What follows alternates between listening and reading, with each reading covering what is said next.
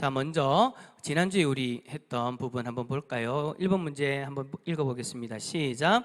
지난주 배운 내용에서 떡과 팥죽의 장자권을 판 에서를 어떻게 평가하고 있는가? 자, 장자권을 팥죽 한 그릇에 판 그 에서에 대해서 성경은 뭐라고 평가하고 있느냐? 자, 4절 보세요. 야곱이 떡과 팥죽을 에서에게 주매 에서가 먹으며 마시고 일어나 갔으니 에서가 장자의 명분을 어떻게 여겼다고요? 가볍게 여겼더라. 장자의 명분을 가볍게 여긴 사람으로 창세기는 에서를 기록하고 있습니다. 평가하고 있습니다. 장자라는 것이 여러분 우리가 되고 싶다고 되는 것이 아니잖아요. 어찌 보면 당시에는 장자라는 이 위치는 아주 큰 축복을 받은, 복을 받은 그런 위치입니다. 장자로서 아버지가 가지고 있는 그 모든 부분들에 대한 권리가 제일 먼저 있는 사람, 동생들보다도 제일 많은 축복을 받고 더 많은 어떤 영역 가운데에서 아버지가 가지고 있는 것들을 누릴 수 있는 사람이 장자였어요. 근데 아버지가 하나님을 믿는 사람이었잖아요. 하나님의 백성이란 말이에요. 그러면 아버지가 하나님의 백성으로서 하나님이 베풀어 줄 복을 장자인 내가 이어받는 거예요. 얼마나 귀한 겁니까? 그죠? 그런데 에서는 어떻게 여겼다고요? 이 모든 것을 가볍게 여겼다. 이 모든 것을 가볍게 여겼다라는 이 말이 저에게는 이렇게 들립니다. 하나님이 주시는 것을 가볍게 여겼다. 어찌 보면 그런 거 아닐까요? 하나님께서 아브라함을 통해서 주시고자 한 그 복들에 대해서 자녀들에게 이야기를 했지 않겠습니까? 그런 이야기를 했음에도 불구하고 에서는 오히려 자신의 힘을 더 믿은 것이 아닐까.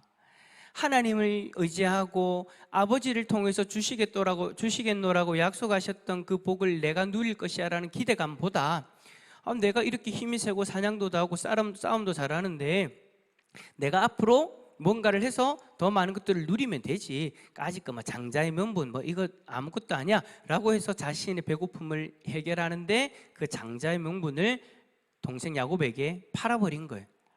그냥 단순히 그냥 장자의 명분을 가볍게 여겼다. 그냥 그런 어떤 단순한 것이 아니라 하나님이 주시는 것을 가볍게 여긴 사람이 에서였다라는 것을 성경은 이야기하고 있는 겁니다. 자, 지난주에 우리가 살펴봤던 말씀이 그렇고요. 자, 오늘 본문의 말씀을 가지고 한번 말씀 돋보기 한번 들어가 봅시다. 1번. 이삭이 맏아들 에서를 부른 이유는 무엇인가? 자, 그렇게 장자의 명분을 가볍게 여겨서 동생 야곱에게 팔았던 이 에서를 이삭이 부릅니다. 왜 불렀습니까? 창세기 27장 4절, 내가 즐기는 별미를 만들어 내게로 가져와서 먹게 하여 내가 죽기 전에 내 마음껏 뭐하게요? 내게 축복하게 하라. 내게 복을 빌게 하라. 여러분, 축복이라는 단어가 여러분 복을 빌다라는 뜻이에요.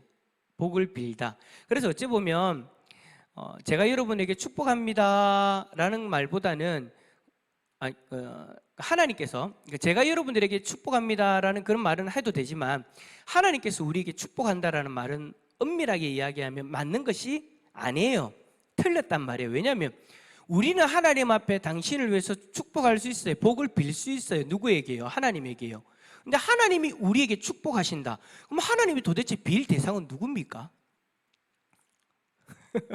축복이라는 단어가 가지고 있는 뜻을 생각하면 하나님 쪽에서 우리에게 복을 주시는 데는 축복이라는 단어를 쓰면 안 돼요. 하나님은 우리에게 뭐 하신다고요? 복을 내리시는 분이에요. 복 주시는 분이지 축복하는 분은 아니에요. 근데 이게 우리가 이게 단어가 이제 뭐라 해야 될까? 습관적으로 되어져 있어가지고 이제 하나님이 우리에게 축복하십니다 하면 하는 사람이나 아멘하는 사람이나 다 하나님이 복을 준다라고는 생각하지만 그 단어가 원래의 뜻은 아니다라는 것을 놓치고 있어요. 그래서 저도 막 신경을 쓰거든요. 하나님이 우리에게 복을 주십니다 라고 이야기를 해야지, 축복이라는 단어를 안 써야지. 하나님이 우리에게 주시는 건 축복이라 안 하고 복이라고 얘기해야지. 막 그렇게 생각하면서도 하는데 저도 모르게 한 번씩 축복이라는 단어가 한 번씩 나올 때가 있어요. 그러면 제가 축복이라고 이야기해놓고 순간적으로 아닌데 하고 바로 다음에는 복이라고 이야기합니다. 방금 했던 것처럼. 방금도 제가 그랬잖아요. 축복이라고 했다가 복이라고 이렇게 고치잖아요.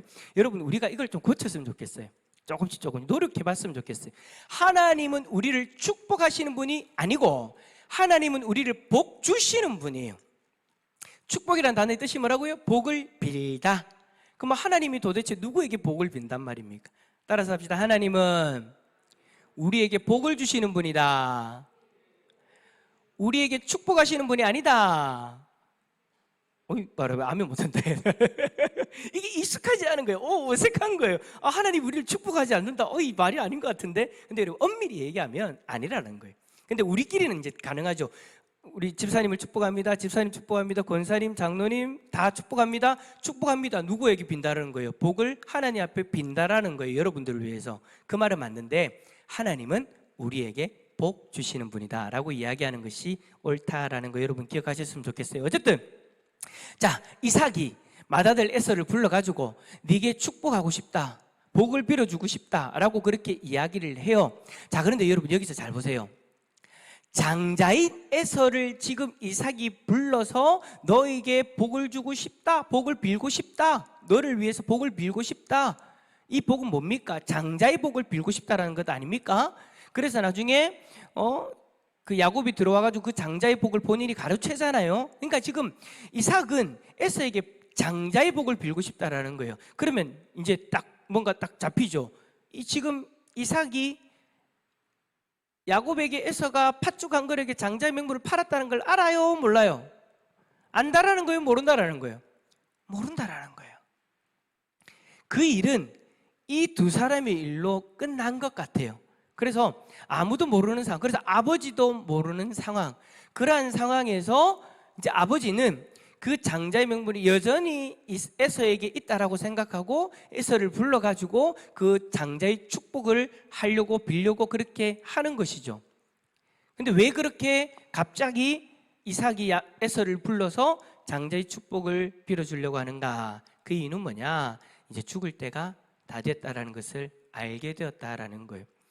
이삭이 나이가 많아서 눈이 어두워 잘 보지 못하게 되자라고 그렇게 성경이 기록하고 있잖아요. 이삭이 이제 나이가 많아서 앞이 잘 안 보이고 어려워지니까 이제 본인이 하나님 부르실 때가 되어졌다는 것을 알게 된 거예요. 그래서 이제 본인이 정리를 해야 되는 거죠. 만약에 본인이 정리하지 않으면 요즘에도 그런 일이 있고 옛날에도 그런 일이 있고 옛날에도 다 그런 일이 있었고 지금 이삭이 때도 그런 일이 있는 거예요. 무슨 일요? 형제의 난 아버지의 재산을 두고 형제들끼리 싸울 수 있단 말이에요. 그러니까 아버지가 그걸 정리를 하고 하나님 앞에 가려고 지금 마음을 먹은 거예요. 그래서 에서를 불러가지고 딱 그 선을 정하는 거예요. 장자의 축복은 네가 장자니까 그 복을 받아야 돼 하고, 지금껏 우리가 이 땅의 관습도 그렇고 우리 집안의 관습도 그렇고 장자가 명부를 받는 거야. 그러니까 너가 축복을 받아야 돼, 복을 받아야 돼 라고 그렇게 이제 딱 선을 정해주고 위계 질서를 딱 정해놓는 거죠. 그러면 아버지가 하나님 부르심을 받더라도 전혀 문제가 생기지 않으니까. 그래서 이삭은 자신이 죽을 때가 다 되어졌다는 것을 알고 이제 죽음을 준비하고 있는 거예요. 자, 그렇게 죽음을 준비하면서 에서에게 축복을 해주려고 하자 리브가가 그 장면을 봅니다. 자, 이번 문제 한번 읽어볼까요? 시작. 축복에 대한 이삭과 리브가의 말은 차이가 있는데 그것은 무엇인가? 자, 이삭이 에서를 불러서 한 말과 리브가가 그 말을 듣고 야곱에게 전한 말에 차이가 있어요. 무슨 차이가 있느냐? 자, 4절 말씀 한번 읽어보세요. 4절입니다. 시작.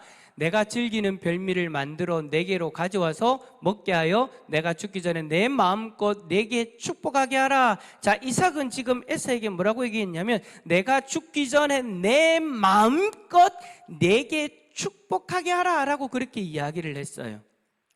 내 마음껏.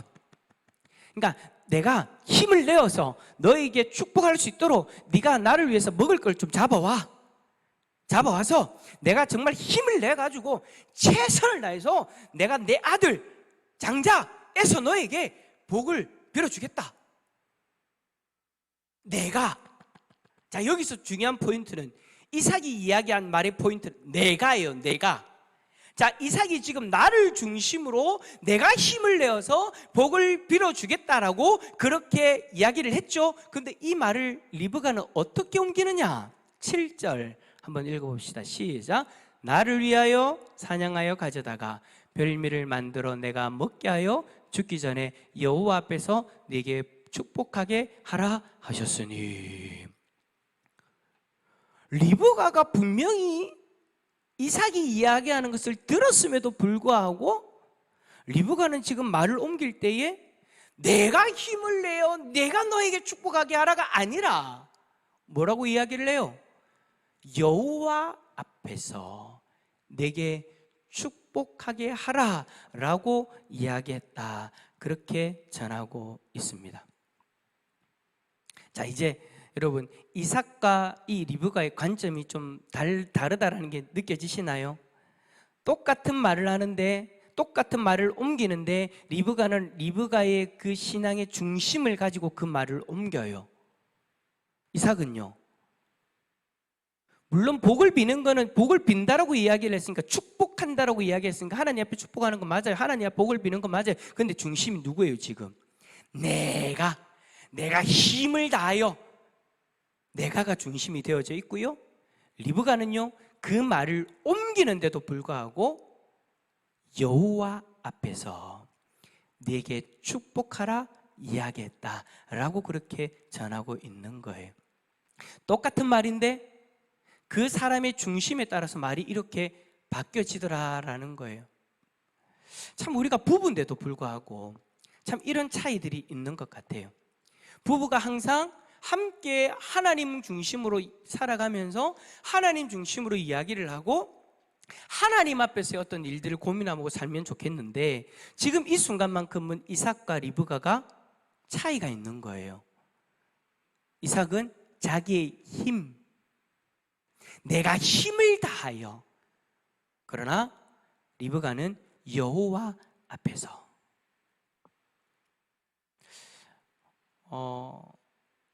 부부끼리도 계실 거고 자녀와 어떤 그런 가족을 또 함께 계신 분들도 계시는데 저는 우리 가족이 이게 일치되어졌으면 좋겠습니다. 한 사람은 하나님 중심으로 생각하는데 한 사람은 육신적인 것, 육체적인 것을 중심으로 나 중심적인 어떤 생각을 하게 되어지면 많이 힘들어요. 많이 힘들어요.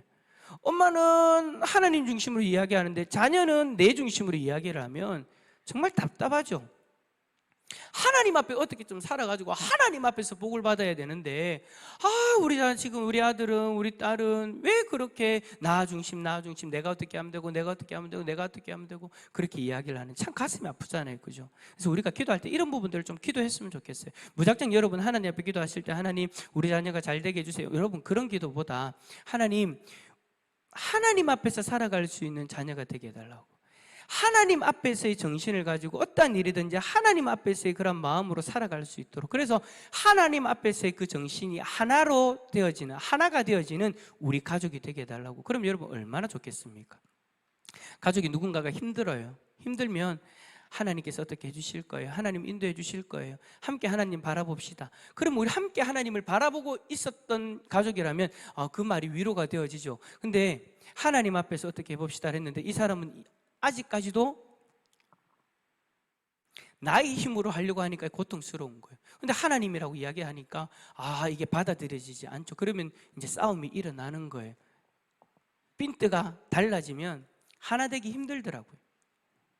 우리의 핀트는 어떤 데 하나가 되어지자고요? 하나님 앞에서. 하나님 앞에서. 오늘 부부끼리 오신 가족분들도 계시는데 또 우리 자녀분들과 계신 분들도 있는데 오늘 딱 기억합시다. 오늘 저녁 이후로 다른 말 하지 말고 하나님 앞에서. 하나님 앞에서. 아멘, 아멘, 아멘 하셨습니다. 아멘 두 분들. 하나님 앞에서 그 동일한 모습으로 살아갈 수 있기를 축복합니다. 자, 그런데 여러분 제가 지난주에 이야기했던 거, 왜 리브가는 그렇게 이삭이 에서를 불러가지고 장자에게 장자의 축복을 해주는 것이 당연한 거잖아요. 장자에게 장자의 축복을 해주는 것이 당연한데 왜 리브가는 그것을 못마땅히 여겨서 야곱에게 그 장자의 축복을 받게 하려는 것일까? 여러분, 장자의 축복이라는 것은 제가 앞에서 이야기한 것처럼 아버지의 그 모든 것들을 물려받는 겁니다. 심지어 하나님으로부터 받는 그 복까지도 장자가 다 이어받는 거예요. 그것을 왜 굳이 야곱에게로 향하게 하려고 했을까? 왜 야곱에게 향하게 하려고 했을까? 우리가 지난주에 두 가지 이유가 있다고 했죠. 여러분 기억나세요? 한 가지가 뭐였어요? 태어날 때 하나님 그렇게 이야기하셨으니까. 예. 동생이 형보다 하나님 그렇게 약속하셨으니까. 그러니까 그 리브가의 마음에는 항상 그게 있었다는 게 첫 번째 이유고, 그건 이제 신앙적인 이유예요. 저는 이걸 이렇게 나누고 싶어요. 신앙적인 이유. 그런데 여러분, 현실에서도 그렇게 할 수밖에 없는 이유가 한 가지 있었어요. 여러분, 제가 이거 한번 지난번에 이야기했어요. 기억나시면 진짜 감사합니다. 기억나십니까? 내가 피를 토하면서 얘기했는데 이거. 감사합니다. 매번 새롭게 강의할 수 있도록, 말씀을 전할 수 있도록 힘을 주셔서 감사합니다. 혹시나 기억나시더라도 여러분 한 번 더 더듬다 생각하시고, 잊어버리신 분들은, 아니면 처음 들으신 분들은 오늘 좀 잘 들으셨으면 좋겠어요. 이게 여러분, 리브가에게 현실적인 이유가 있었어요. 신앙적인 이유는 하나님께서 그렇게 하신다고 하셨으니까 거기에 대한 믿음이 있었고, 현실적으로 그의 삶 가운데 그것을 선택할 수밖에 없는 이유, 바로 이 말씀입니다. 자, 창세기 27장이 아니고 저게 26장인가 25장 그렇습니다. 자, 34절 35절 읽어봅시다. 시작. 에서가 40세에 헷 족속 부에리의 딸 유딕과 헷 족속 엘론의 딸 바스맛을 아내로 맞이하였더니 그들이 이삭과 리브가의 마음에 근심이 되었더라. 자, 여러분 보세요. 장자의 며느리가 며느리가 들어왔는데 헷 족속 부에리의 딸 유딕과 헷 족속 엘론의 딸 바스맛 두 여인을 자신의 아내로 맞이한 거예요. 자, 이 두 여인들 다 누굽니까? 어떤 사람입니까? 이방인입니다. 이방인이에요. 자, 이방인의 여인 두 명을 데리고 들어와서 결혼을 해서 가정을 이루었는데 이삭과 리브가의 마음에 어떤 존재가 되어졌다고요? 근심이 되었더라. 여러분, 요즘 시대의 고부간의 갈등이 이때에도 있었습니다. 시어머니와 며느리들 간에 갈등이 있었던 거예요. 에이, 목사님요, 그런 갈등이야 당연히 있는 거 아닙니까? 그렇다고 저 갈등이 있다고 해서 리브가가 굳이 장자의 그 명분을 둘째 아들 야곱에게 그렇게 돌리려고 하는 것이 현실적인 이유 맞습니까? 네, 맞습니다. 왜냐? 46절, 오늘 46절 읽어봅시다. 시작. 리브가가 이삭에게 이르되 내가 헷사람의 딸들로 말미암아 내 삶이 싫어졌거늘 야곱이 만일 이 땅의 딸들 곧 그들과 같은 헷사람의 딸들 중에서 아내를 맞이하면 내 삶이 내게 무슨 재미가 있으리까? 자, 이 말씀이 여러분, 야곱을 외삼촌 라반의 집에 보내려고 할 때 리브가가 야곱에게 이 이야기를 하는 거예요. 내가 왜 너에게 이 복을 받으라고 하는지, 왜 이렇게까지 하는지, 내 죽겠다, 요즘 말로 이야기하면 내 저 아들 때문에 죽겠다라는 거예요. 며느리들 때문에 죽겠다라는 거예요. 만약에 에서가 장자로서 지금 만약에 장자의 축복을 다 가져가게 되어지면 저 며느리들 때문에 우리 집안 풍지박살 날 것 같다. 너마저 만약에 너 형처럼 이방 사람 헷 사람들의 그 딸들과 결혼해서 내 마음을 힘들게 하면 우리가 무슨 재미로 살겠냐? 살 낙이 없다. 너만큼은 그러지 말아라. 여러분, 리브가에게 있어서 야곱이 장자의 축복을 받도록 한 이유는, 현실적인 이유는 바로 이거예요. 장자인 에서가 이방인 여인 둘과 결혼해서, 여러분, 하나님이 왜 이방인들과 결혼하지 말라고 했습니까? 우상이 문제잖아요. 하나님 백성으로서의 정체성을 버려버리니까 문제가 되잖아요. 그 문제가 지금 에서에게 일어나고 있는 거예요. 그 다혈질적인 사람에게. 그냥 여자 2명에게 눈이 뒤집혀가지고 그 사람들이 가지고 온 것들 다 가지고 들어와 버리는 거예요. 그러니까 지금 이삭과 리브가의 마음에 근심거리였는데 시간이 지나고 나니까 어떻게 되느냐? 내 못 살겠다라는 거예요. 저것들 때문에. 저 아이들 때문에 내가 죽고 싶다라는 거예요. 만약에 에서가 지금 장자의 명분을 받아서, 장자의 명분 때문에 축복을 받아서 우리 집안의 모든 것을 다 가져가게 되면 저 모든 것들을 다 이방인들에게 우상의 제물로 다 드려지게 될 건데 나는 그 꼴 못 본다라는 거예요. 그래서 지금 리브가가 관습을 따르지 않는 거예요. 무슨 관습요? 첫째가 장자의 명분을 받는 그 관습을 어겨버리고 무리를 해서라도, 거짓말을 해서라도 본인이 지금 어떻게 하는 거예요? 야곱이 에서인 것처럼 변장시켜가지고 장자의 복을 받게 만드는 거예요. 이게 여러분 리브가에게 있어서는 현실적인 이유였다라는 겁니다. 신앙적인 이유는 하나님이 자신에게 그렇게 말씀하셨으니까, 현실적인 이유는 이거 안 되겠다라는 거예요. 에서에게 장자의 명분이 가고 장자의 축복이 주어지면 안 된다. 그렇게 되어지면 우리 집안 우상의 집안 된다. 그래서 야곱이 이제 다음 문제 나오지만 아버지가 나에게 저주하면 어떡합니까? 내가 알아서 할 테니 그래도 너는 들어가서 네가 장자의 축복을 받아야 된다. 그리고 외삼촌 라반의 집에 가서 하나님 백성으로서의 그 가정을 이루어야 된다. 그 이야기를 지금 하고 있는 것이죠. 여러분, 우리가 살다 보면 참 이런 일들이 있습니다. 하나님 앞에서 가정 안에서도 그렇고 그런 갈등들이 있어요. 그런 갈등들 속에서 참 우리는 왜 나에게 이런 일들이 일어나나, 참 그런 고민들을 할 때가 있죠. 이삭과 리브가 입장에서 그러지 않았겠어요? 왜 나에게 이런 일들이 일어나나. 근데 여러분, 이 말씀들을 가만히 묵상하면서 우리가 발견하게 되는 것은 뭐냐, 결국에는 우리로 하여금 하나님이 뜻이 이루어지는 것을 선택하게 하나님이 만드시더라라는 거예요. 하나님이 리브가에게 말씀하셨던 그 야곱이 에서를 대신해서 장자의 그 복을 받고 그렇게 되어진다라는 것을 하나님이 알게 하셨고 그 말씀을 이루어 가시는데, 이러한 환경들까지도 하나님이 사용하셔서 리브가로 하여금 그 하나님의 뜻을 쫓을 수 있도록 하시더라는 것이죠. 여러분, 어찌 보면 우리에게 다가온 그 고난, 그 고통, 이해되지 않는 일, 그 속에 여러분 하나님의 섭리가 있습니다. 분명히 저는 있다라고 믿습니다. 그 섭리가 지금 어떨 때 볼 때는 당연히 내 눈에 안 보일 수도 있어요. 아니면 이미 하나님이 나에게 말씀하셨고 약속하셨던 일인데 내가 잊어버리고 살다가 하나님이 자꾸 그것을 통해 바라보게 하시는데 내가 자꾸 외면하고 있을 수도 있어요. 전 그런 사람도 많이 봤어요. 하나님 앞에서 어릴 적에 기도하고 소원하고 하나님 앞에 작정했던 그 부분들을 내가 그렇게 살겠노라고 하나님 앞에 작정하고 그렇게 그 길을 걸어가다가 어느 순간 내가 그것을 떠나서 내 하고 싶은 대로 그렇게 살아갈 때 하나님이 자꾸 고통을 주세요. 왜 고통을 주실까요? 하나님 우리를, 그 사람을 저주하려고 아니에요. 그 고통을 통해서 어떻게 하라고요? 그 약속을 바라보라고, 그 약속의 길을 걸어갈 수 있도록 하나님이 인도하시더라는 거예요. 지금 우리에게 다가온 그 고난이 어찌 보면 그런 고난일 수도 있습니다. 그런 고난일 수도 있다라는 거예요. 그래서 여러분, 우리가 고난을 바라볼 때에는 단순하게 바라보면 안 돼요. 그냥 죽고 싶다, 힘들다, 아니요. 그렇게 고난을 바라보는 것이 아니라 하나님 백성답게 고난을 바라볼 수 있기를 축복합니다.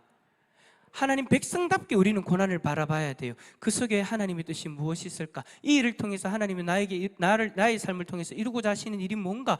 이미 전에 나에게 하셨던 그 일, 나에게 하셨던 그 약속, 내가 하나님 앞에 했던 기도, 그 기도를 응답하기 위해서 나에게 이 길들을 허락하셨고 이 고난을 허락하셨는데 내가 못 보고 있는 것은 아닌가? 우리가 우리 주변, 나의 삶을 돌아볼 수 있는 그런 시간들이 필요한 거죠. 필요한 거예요. 그러나 여러분, 내가 그것을 깨닫지 못한다고 해도 걱정하지 마십시오. 왜냐? 하나님은 반드시 그 뜻을 이루기 위해 우리를 인도하실 줄 믿습니다. 분명히 인도하십니다. 근데 단지 우리가 살펴보자라는 이유는 뭐예요? 돌아보자라는 이유는 뭐예요? 이왕 가는 길, 내가 깨닫고 걸어가면, 내가 발견하고 걸어가면 더 큰 기쁨과 평안이 있잖아요. 그래서 우리가 말씀을 통해서 우리 자신을 돌아보는 거예요. 우리의 삶을 돌아보는 거예요. 그러면서 하나님의 뜻을 발견하는 우리 성도님들 다 될 수 있기를 축복합니다. 축복합니다. 자, 3번 문제 한번 읽어봅시다. 시작. 리브가의 계획을 들은 야곱의 걱정은 무엇인가? 자, 야곱의 걱정이 뭐냐? 저주받을까 걱정하는 거예요. 저주받을까 걱정하는 거예요. 자, 근데 여러분 참 웃기죠? 야곱이 지금 걱정하는 게 저주받을까를 걱정해요. 여러분 솔직히 일반적으로 한번 생각해 봅시다. 자녀가 있는데 자녀가 지금 아버지에게 들어가서 아버지를 속여야 돼요. 그럼 지금 자녀가 걱정해야 될 게 본인이 저주받는 걸 걱정해야 됩니까? 다른 걸 걱정해야 됩니까? 자, 이거 이제 도덕 문제 들어갑니다. 도덕 문제. 여러분이라면 무엇을 걱정하겠습니까? 내가 지금 아버지를 속여야 되는 일이 있다. 그러면 여러분들은 여러분 양심상 무엇을 걱정하시겠습니까? 엄마야, 내가 하나님 앞에 아버지한테 거짓말해가지고 하나님 앞에 혼나는 거 아니야? 하나님 나에게 벌 내리시는 거 아니야? 이게 이제 야곱과 같은 마음이에요. 한 가지 더 있어요. 우리가 가질 수 있는 마음. 두 번째는 뭘까요? 내가 아버지를 속이는 것은 옳지 않다라는 도덕적 갈등이 일어나야 되죠. 별로 안 하십니까? 평소에 그냥 아버지를 주로 그냥 속이면서 살아오셨습니까? 아니잖아요. 내가 아버지를 속인다라는 것이 도덕적 갈등이 오잖아요. 얘들아, 그지? 예, 저희들은 아직까지 잘 모르는 것 같습니다. 아버지를 속인다. 여러분, 이건요 그냥 단순하게 아버지한테 그냥 얼마 나 저거 거스름돈 남았는데 돈 안 남았어요 라고 하는 게 그 정도가 아니에요. 여러분, 내가 아버지의 모든 것을 지금 가져가는 복을 받는 거예요. 완전히 큰 거짓말이에요. 뭐 거짓말이 다 똑같지만 굳이 경중을 따진다면 엄청나게 무거운 거예요. 근데 지금 야곱이 걱정하는 건 뭐냐? 단순하게 지금 내가 걸려가지고 혼날까 봐 그것만 걱정하고 있는 거예요. 야곱이 지금 도덕적 무감각 속에서 속이는 것에 대해서 별 감각이 없다라는 것을 보게 되는 거예요. 별 감각이 없다.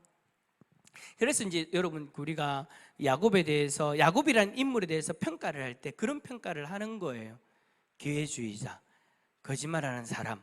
어떻게 그렇게 평가하는 이유가 바로 이런 장면 때문이죠. 내가 아버지께 거짓말해서 죄를 짓는 것은 옳지 않다가 아니라 그냥 단순히 저주받을까 봐 걱정인 이 모습. 여러분, 우리가 저는 참 그런 모습들을 종종 봤습니다. 신앙인인데, 하나님의 백성인데, 사람과의 관계 속에서 자꾸 한쪽으로만 치우쳐요. 그게 무슨 말이냐면, 내가 하나님 앞에서의 모습만 생각해요. 하나님 앞에 혼나는 것 아니야? 내가 이렇게 해서 하나님 앞에 저주받는 것 아니야? 하나님 앞에 혼나는 것 아니야? 근데 여러분, 우리가 사람과의 관계는 그게 다가 아니잖아요. 여러분, 우리가 하나님 앞에서 사람과의 관계를 안 해야 됩니다가 아닙니다. 여러분, 그것도 있어야 되지만 다른 한편도 있잖아요. 무슨 말이에요? 내가 이 말을 함으로써, 내가 이 행동을 함으로써 이 사람이 받게 되어지는 상처, 아픔, 그것에 대한 미안함,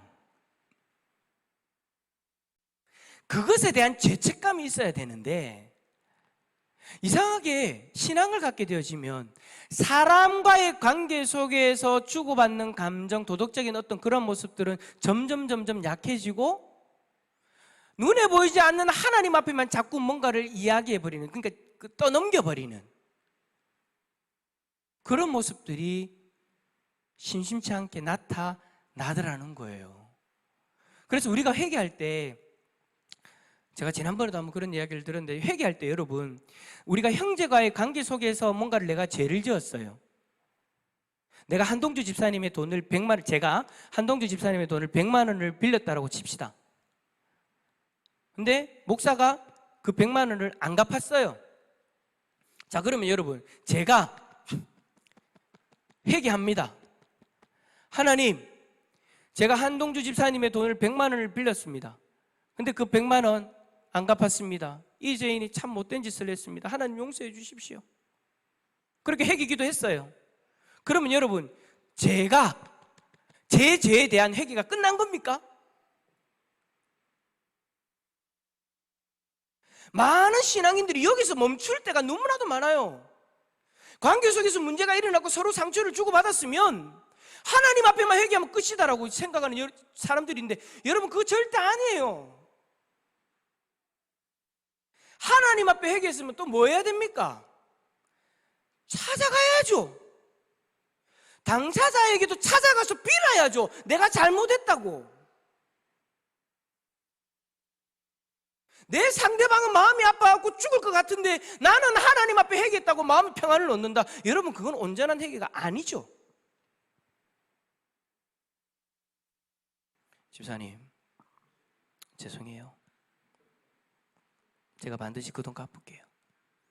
제가 지금 요즘 돈이 없어가지고.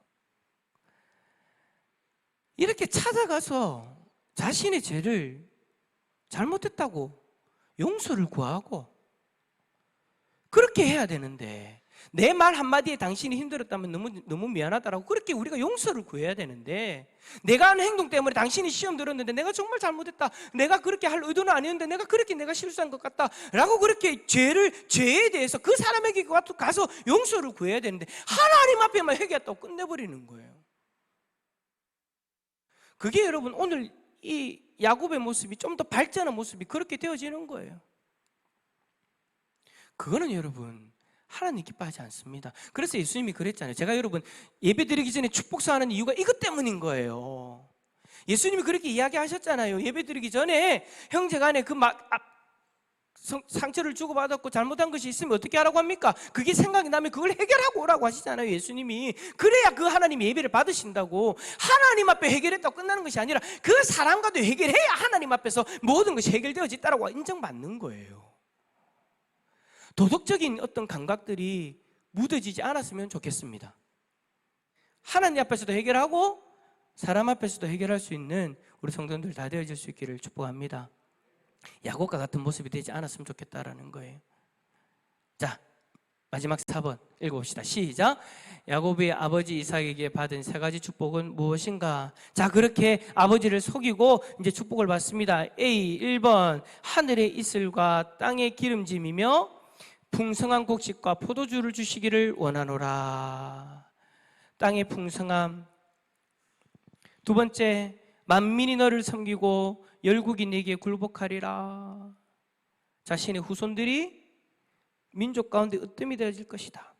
3번째, 너를 저주하는 자는 저주를 받고 너를 축복하는 자는 복을 받기를 원하노라. 야, 저는 참 이 3번째 축복이 저는 진짜 대단하다고 생각합니다. 나를 저주하는 사람들이 다 저주를 받고요, 나를 축복하는 사람은 다 복을 받는데요. 얼마나 대단한 사람입니까? 그런 복을 받게 되어지는 거예요. 이러한 복을 리브가는 야곱이 받을 수 있도록 하셨고, 그렇게 어쨌든 야곱은 이 복을 받아서 이 복을 가지고 살아갑니다. 나중에 여러분 이제 창세기 말씀을 쭉 보면은요, 야곱의 스토리가 참 오늘 말씀을 보면 야곱의 인생이라는 게 참 좀 그렇잖아요, 그죠? 근데 이거를요, 여러분 이제 앞으로 이제 우리 야곱의 스토리를 보면 이걸 하나님이 하나하나 풀어주세요. 아까 얘기했던 것처럼 하나님하고의 관계만 끝나는 것으로 끝나는 것이 아니라 하나님 쪽에서 그것을 통해서 또 사람과의 관계도, 형 에서와의 관계도 다 풀어준단 말이에요. 그런 나중에 풀어줌이 이제 이 위의 말씀 가운데서 쭉 이어집니다.